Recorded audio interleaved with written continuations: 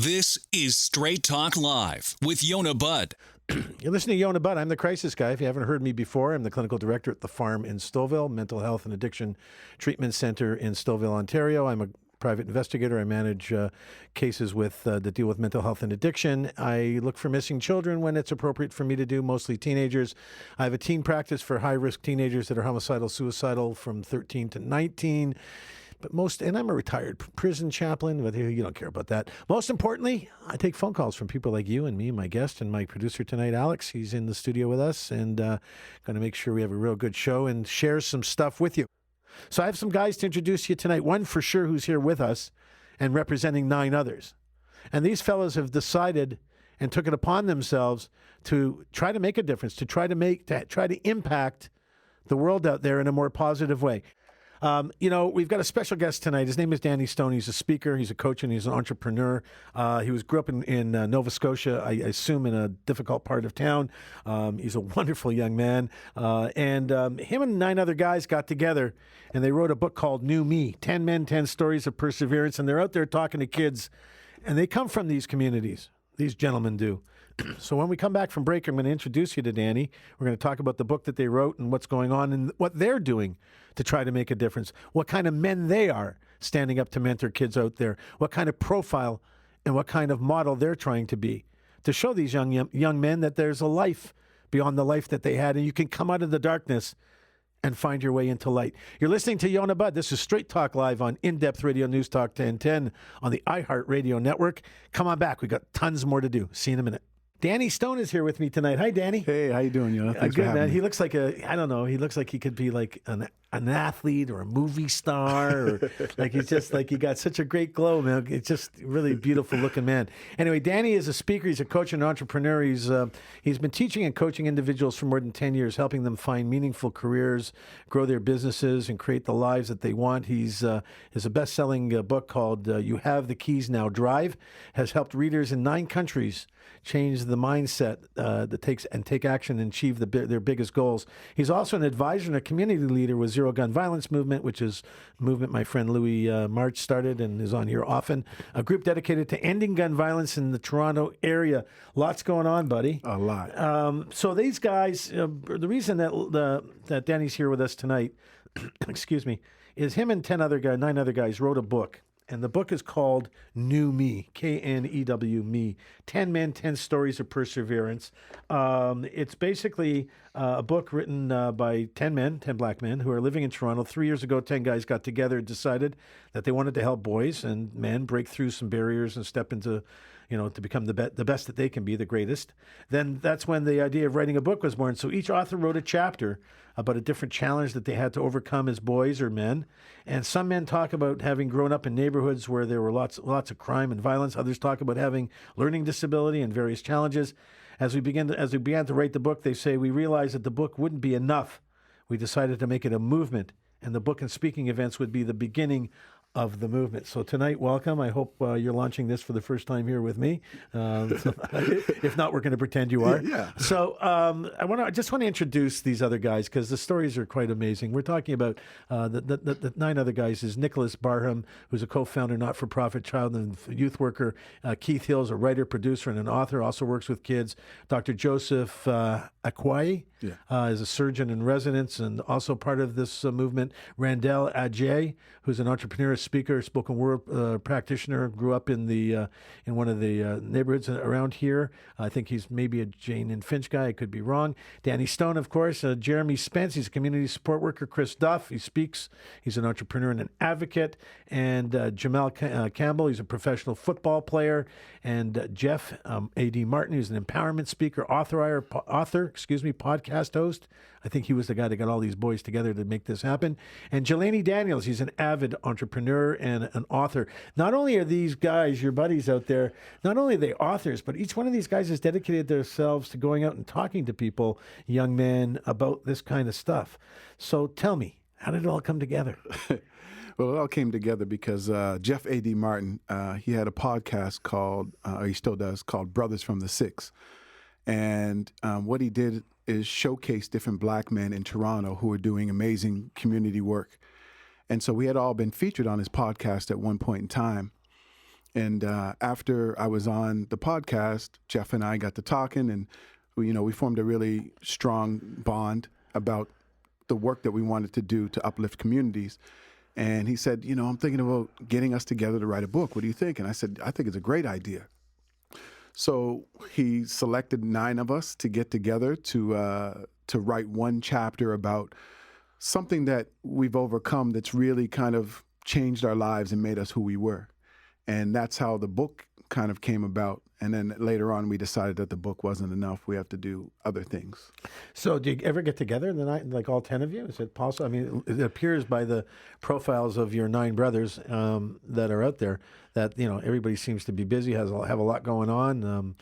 Surgeons, writers, producers, entrepreneurs. You've got a busy practice of coaching. By the way, anybody wants to meet up with Danny, I am DannyStone.com. I am DannyStone.com. He does private coaching and so on. So what part of the story did you write?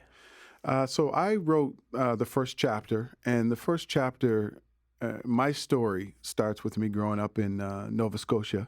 And Nova Scotia is a beautiful, it's a beautiful province, but just like Toronto, it has some challenging areas.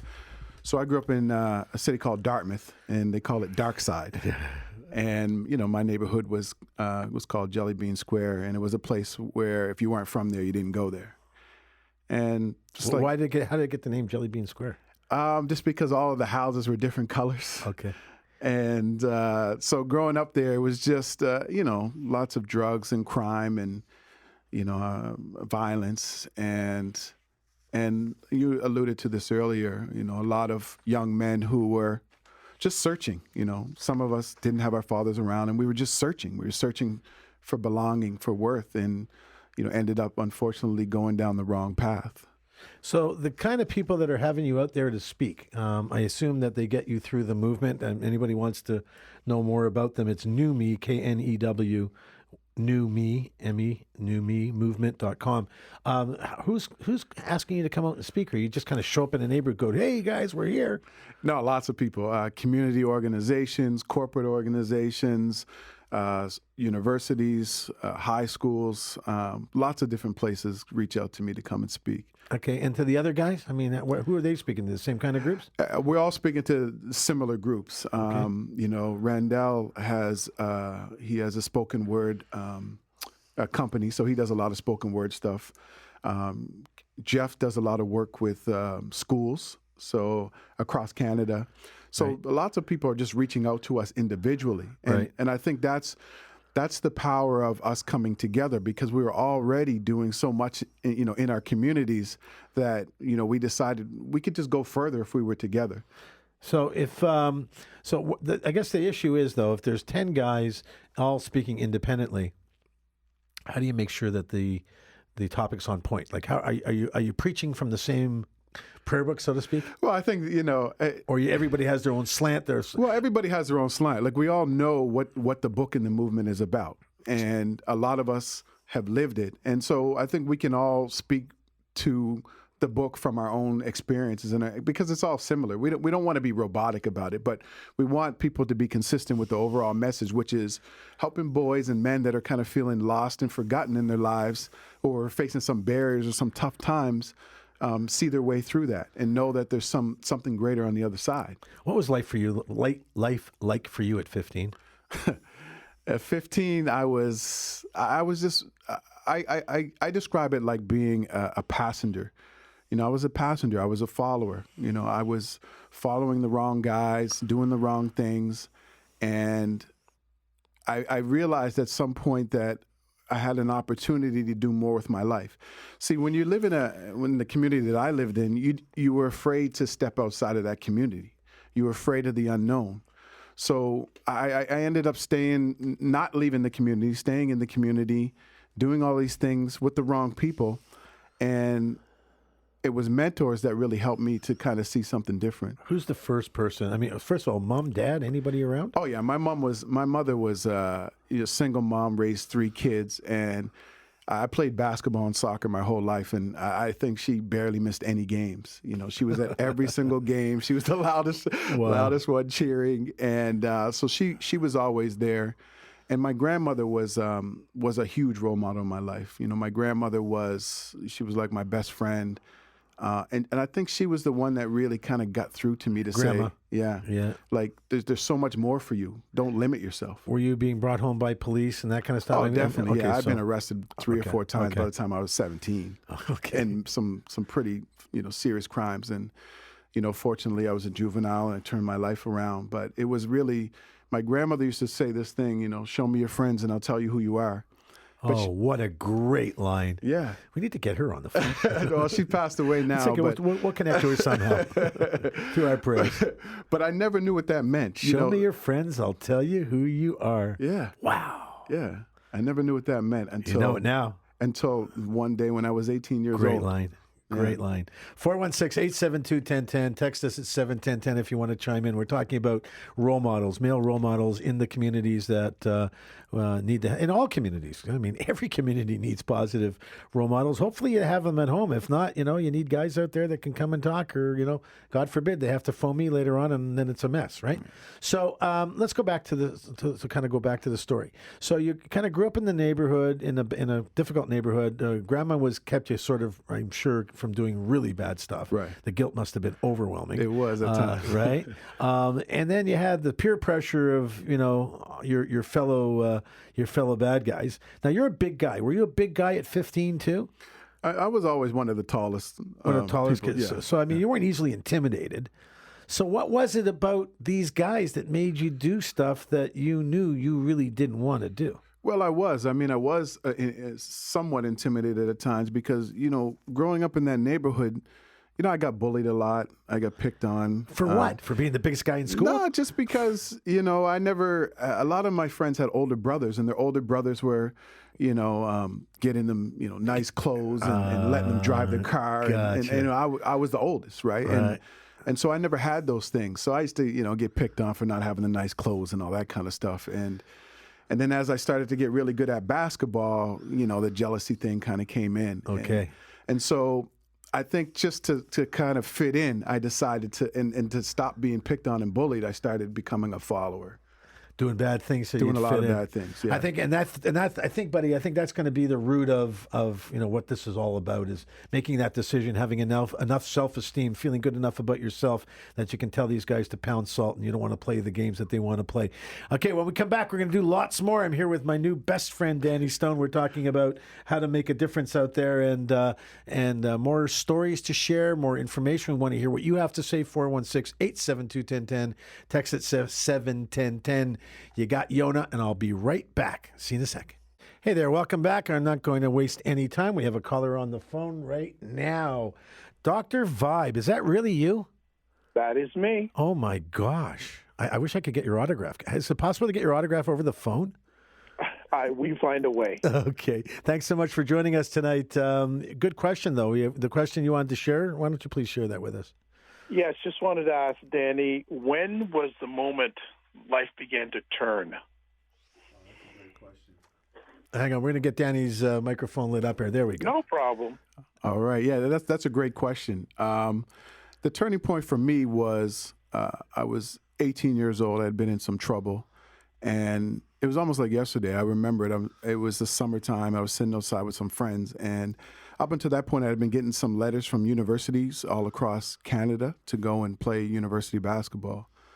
And I had just kind of brushed it off, and something just came over me. I think it was my grandmother's voice in the back of my mind that just said, you can do anything you put your mind to. And I remember just sitting there, and I mustered up the courage to say to the guys, I was sitting down there with about 7 different guys, and I said, hey, fellas, I think I'm going to go away to university and represent the hood. That's kind of how I put it. For their benefit. For their benefit. Yeah, nothing to do with you. It had nothing to do with me. Yeah, selfless. And they laughed at me and ridiculed me, and they just, in the end, they got up and walked off. And that whole summer, they kind of just laughed at me and bullied me, and they said, we're over here making money. That's stupid. And that was the defining moment and I finally realized what my grandmother meant by show me your friends and I'll tell you who you are. And that was the turning point. That's when I realized that you have to stand on your own. No one's coming to save you. You are your own person, and you have to count on yourself. And it was that moment that I kind of realized all of that. What do you have to? What else can you offer to us tonight, Doctor? I mean, this is a subject I know that it's close to home, and something I'm sure you talk about. Another question for Danny is, if you look at the challenges you had as a young man, are the challenges that you do a lot of work and you help a lot of young men? Are their challenges different than the challenges you had when you were their age? Another great question. That is a good question. You should be on this show. No, that's a really great question. No. I think that the challenges are similar. They're similar, yeah. I think they're similar. You know, a 20-year difference. And when I'm out here talking to young men, it's the same thing. It's, I want something different, but how? You know, people are feeling lost and they're feeling left behind. No tools, no strategies, no skills. How do I move forward? Yeah. And a group of people, sometimes bad people, sometimes good people, you gravitate to that because you want to feel a part of something bigger than yourself. And for some people, unfortunately, it leads them down the wrong road. And that's why we need more mentors and coaches to go back into those communities that you may have left. And say, hey, I've done it. Right. Look at me. Right. I've done it. Right. Thank you, Dr. Vibe. I appreciate the call, buddy. Be well. Let's twist this around a little bit, right? Because we've been talking. Let's see if we can just, I don't want to just profile kids in the hood and, bad fathers and, guns and gangs. The stuff we're talking about, especially the stuff we're talking about offline, too bad we couldn't mic it during commercial. Sure. But, this is applicable stuff for everyone, right? This is about not liking who you are. This is about not, being comfortable in your own skin, being stuck, being in a rut, not knowing how to get out. And maybe it applies, like you said, offline. Maybe it applies to some 30-year-old guy, from who knows where that's stuck in a job and he hates it, or a marriage that he hates, or not doing anything and he hates that too. Like, I think this is good for everybody, don't you think? I completely agree. I mean, I have a coaching client that's in his 50s. I have coaching clients that are in their 40s and 30s, and they're people who just feel stuck. One guy feels stuck in his what would appear to be a successful career, but his family life is in shambles. Right. So if you ask him, looks great on the outside. Yeah. So if you ask him, is he successful? He'll say, absolutely not. How can I be successful when I'm going through a divorce and my 20 and 30-year-old kids want nothing to do with me? I call it the undercooked turkey syndrome, where it looks great on the outside, it's all crispy on the outside, and then you crack the surface and you get inside and it's uncooked. It's not done yet, right? That's great. And there's a lot of people that have that crispy turkey syndrome where I see kids, as I said on the onset of introducing myself on the show. I deal with kids that come from a whole lot of everything, and if I was to take those to the kids that I used to work with back at Jane and Finch or the Malvern area or Falstaff or pick a hood, right? And I show them that this guy's got and what this guy's got. Like, number one, the one that doesn't have anything is going to look at this one and smack him upside the head. Goes, "What's the matter with you?" Right. And the one that's got everything wants to be like the kid that doesn't have anything and wears his pants down to his knees and go shoot somebody. Right. Like, the thing it just doesn't make sense. No. Well, it's what it's really about. It's really about knowing yourself. Right. And it doesn't matter who you are, where you come from. If you don't know yourself and you don't have a sense of self-worth and you don't feel loved, it doesn't matter how much money you have. It doesn't matter if both your parents, it just doesn't matter. And one of the things that we don't teach people in schools and we don't learn, from anywhere else is that you have to put yourself first. You have to wake up with this, I call it a morning ritual, and I talk about it in my other book, but it's a morning ritual. How the same way you go to the gym and you exercise, how are you exercising your spirit? How are you exercising your mindset? We don't wake up like that. And I'm very sort of firm about the difference between a morning routine and a morning ritual. People like to interchange them, but they're not the same. At the farm, we in residential treatment, at the farm in specific, it's the only one I run. It's the only one I can tell you about, firsthand.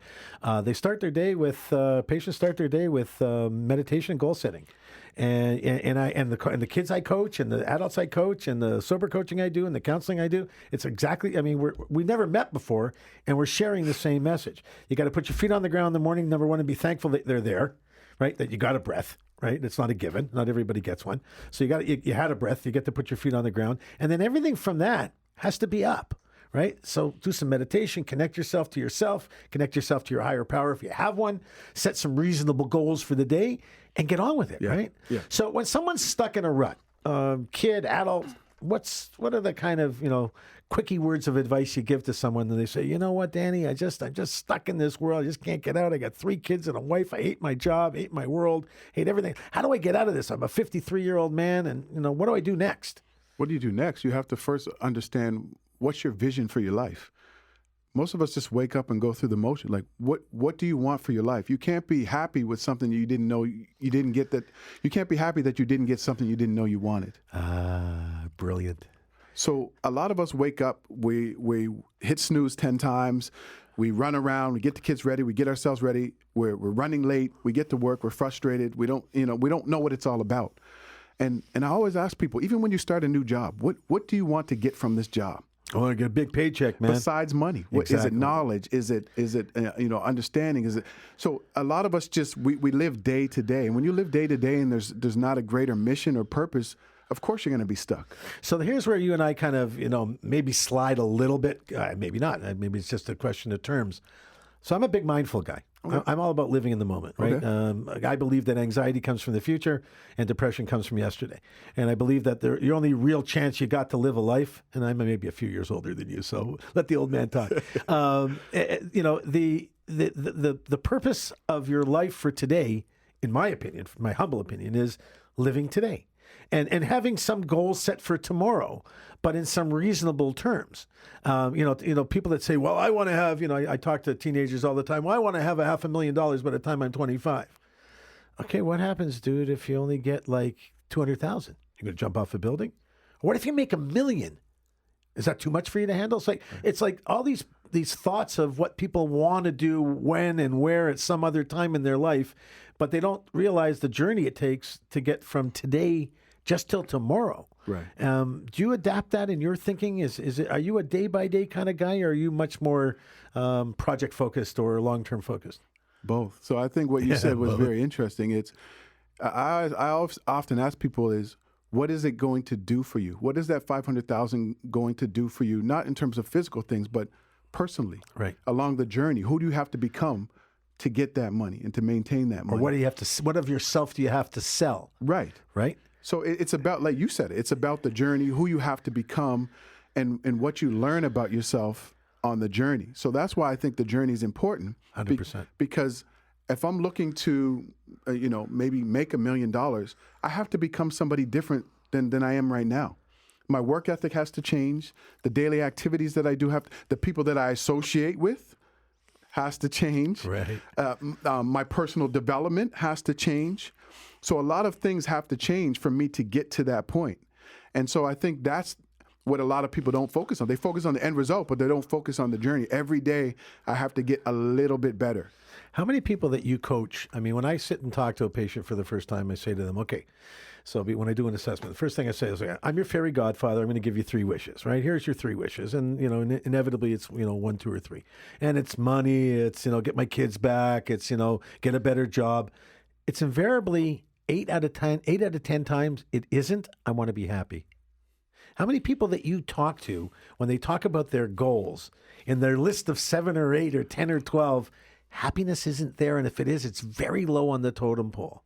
It's very rare. And I think people look at it. It's rare that they put it on the list? It's rare that it's on the list. Yeah. It's, hardly ever. That's why we're upside down, because right? they think those other things are going to get them to happiness. Man. Right? Yeah, and you and I both know that's a bunch of crap, no, right? Come on. No, definitely not. But I think it again, it's knowing yourself, right? We have to wake up and do the mindfulness. You got to like yourself to know yourself, right? That's true. Right? That's true. For someone to look in this, a big problem that I have with patients, they're pretty broken when we see them. And one of the first things I say is, when you look at yourself in the mirror, do you like what you see? Well, you're not really. I wish I had longer hair, or my skin is bad, or my teeth look horrible. Yeah, because they've been smoking meth forever. But right? And I said, no. Beyond the eyes, beyond the physical. Right. Do you like what you see? No, I don't look at that.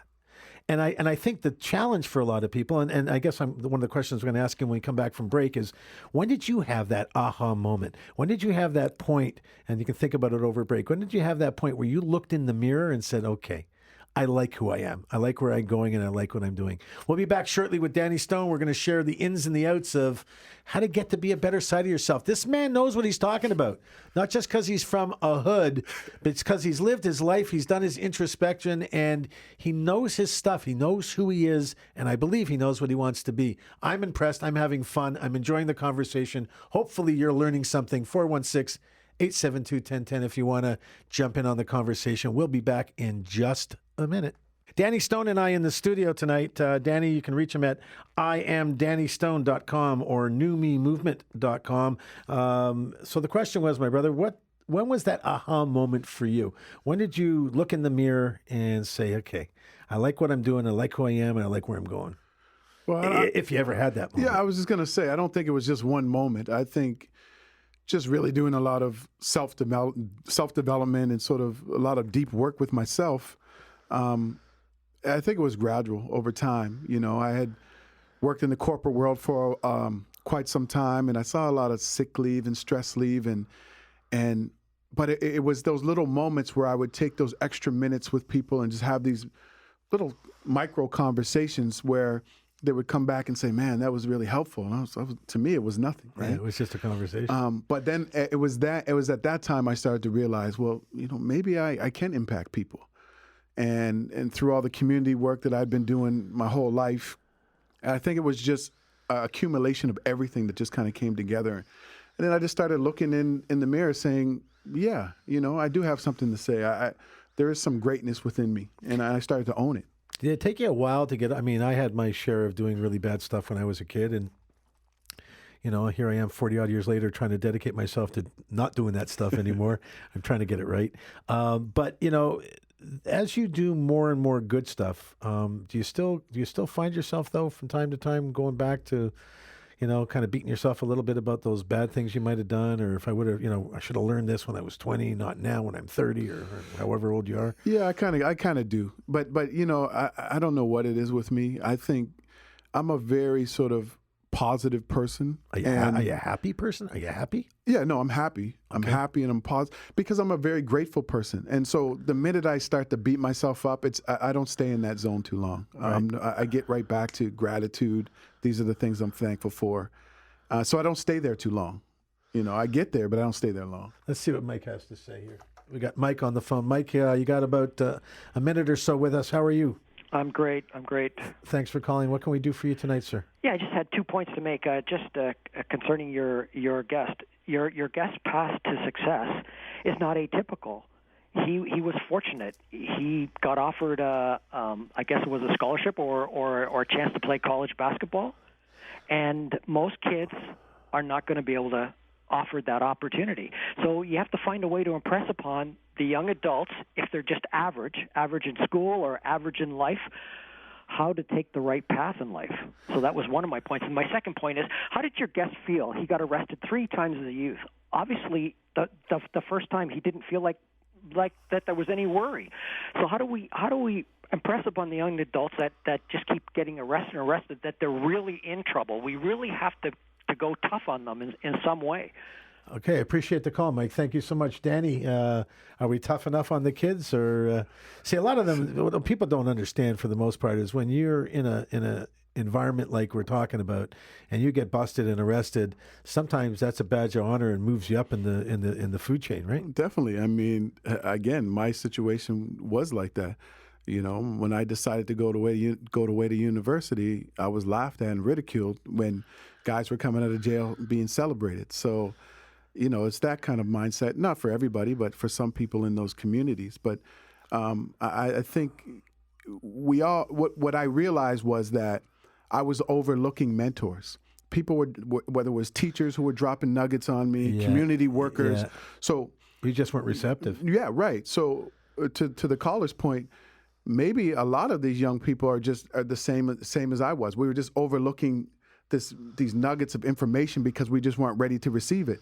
And that's no different than an adult right now who knows that they should have left the job that they were at 9 years ago. After the abuse and the long hours and the low and Right. the horrible pay and whatever. You know, one of the things that the caller did say, and I just want to make it very, very clear, you were offered college basketball opportunities because you worked your butt off to get in front of these people. I mean, just the fact that you're, a 6-foot+ black man from Nova Scotia doesn't get you on a basketball scholarship. So with all due respect to the caller and to those people that say, well, lucky for him, no luck involved. The guy worked his ass off and somehow dug his way out. So he gets the kudos and he deserves the kudos. We're kind of running out of time. We got about 4 minutes left. I know it just goes by. So 2 things. Number 1, I want to recruit you online to make sure you agree to come back, maybe with a couple of your buddies that help you write the book. Thank you. And I hope you're enjoying the groove. Oh, yeah.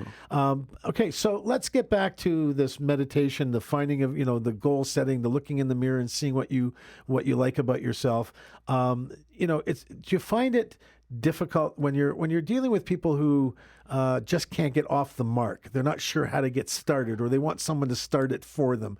What advice do you give somebody who, like I said earlier, who's kind of stuck in a rut, wants to get out, and just can't find their feet? They're not getting support. Wife says no, keep the job. Mom says no, you can't quit. Whether it's a kid in university who says, this is not for me.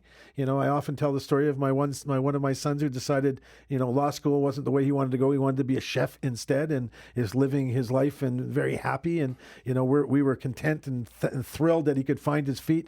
But for a lot of people, they get stuck in the world of doing what other people think. And there's 2 things I deal with in therapy with people. And the terms I use are internal and external motivation. And if you're driven by internal motivation, by doing the things you want to do for you, then chances of success are much greater. If you're driven by the success that other people want you to have, and you've got more than 4 or 5 people in your life that you have to get permission from, chances are you're never going to get permission from all 5. So you're going to be stalemated. So unless you find that strength in yourself to do what's good for you. So the transition you made from corporate world, where I assume you were making really good money, I was, to getting out there and talking where maybe you weren't going to make such great money. How did you make that leap? And where was your wife in all of that? Well, it's great. My wife is very supportive. But it was a gradual. Everybody thinks that when you leave your job and transition into entrepreneurship, you just have to, one day you're an employee, the next day you're an entrepreneur. It was a transition. Over 8 to 9 months, I created a side business or a side hustle. While you were working? While I was working, and saved up money, and I tested out my idea. I thought I tested out coaching on other people. I was out speaking while I was working. And the reactions that I got from my clients let me know that this is what I was supposed to be doing. Amazing. And your wife was good with taking the solid guarantee. Oh, I see what you did. You're a smart man. You had the side hustle, so when the side hustle was strong enough, that's when you said, hey, I'm out of here. Yeah, that was it. But the other thing was I used to bring her, I would show her the feedback that I was getting, the emails and the text messages, so she could see. Yeah. She could see the result of my work, right? And I think that's the thing. Sometimes you can't tell people what you're doing. You have to show them. Do you have an agent or someone that helps you book you? Or no, I have an agent. You just do it all online? I just do it myself. All by yourself. Yeah. IamDannyStone.com, exactly like it sounds. Danny with 2 N's. IamDannyStone.com or new at KNEW Me Movement.com about the book. We got about a minute and a little bit left here. What would you tell your grandma today if she were alive, although I'm sure she can hear you anyway? What would you tell her about your path and about where you are today from where you were before? I would just thank her. I mean, I'm here in large part to her. I mean, she was the one that motivated me and inspired me to walk my own path, regardless of what she or anybody else in my life said. She said, if you find something that you absolutely love, you have to have the discipline to follow your curiosity.